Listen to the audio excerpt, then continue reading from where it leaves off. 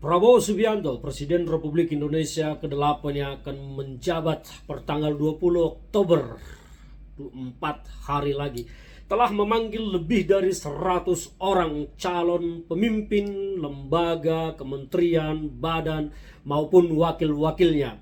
Angka yang cukup besar, 100 lebih. Maka akan bertambahlah jumlah pejabat di negara kita, karena mereka juga akan membawa staf ahli, staf khusus, ajudan, pengawal, dan lain-lain segala macam. Maka akan bertambah juga APBN ke depan yang akan membiayai mereka. Tapi bagi saya bukan itu masalahnya. Saya menghargai dan menghormati hak konstitusional Pak Prabowo Subianto sebagai presiden untuk menyusun struktur pemerintahannya dan mengisi jabatan-jabatan yang akan membawa pemerintahannya ke depan. Saya tidak ingin berkomentar atau mengkritik tentang banyaknya jumlah orang tersebut, tentang jumlah banyaknya kementerian atau apapun itu. Saya hanya mau fokus kepada kinerja kabinet ini nanti dan apa yang akan mereka lakukan. Mampukah kabinet ini yang sebesar ini nanti membawa perubahan baik bagi bangsa kita, atau justru akan membawa perubahan yang semakin buruk bagi negara kita? Kita ingin melihat pertumbuhan ekonomi naik, karena saat ini hanya di kisaran 4,2% dari target Jokowi yang muluk-muluk sampai 7%. Kita juga melihat bagaimana penurunan tingkat kesejahteraan masyarakat kita. Kelompok menengah, kelas menengah turun dari 24% menjadi sekitar 17%.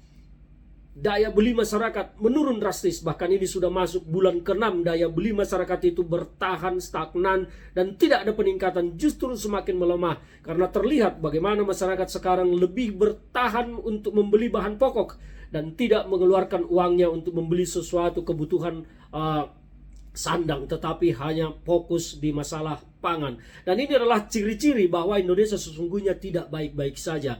Kita juga melihat bagaimana indeks korupsi kita semakin tinggi di era Pak Jokowi. Kita juga melihat bagaimana tingkat pengangguran kita tertinggi di ASEAN. Kita melihat banyak hal yang negatif indikatornya terjadi di negara ini.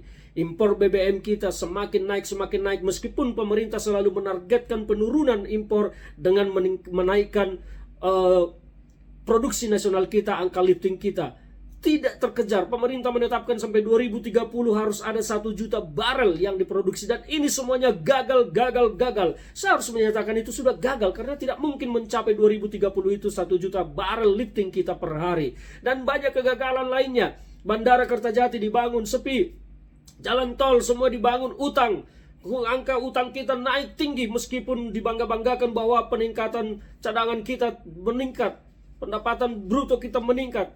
Saya tidak melihat itu sebagai sebuah fakta.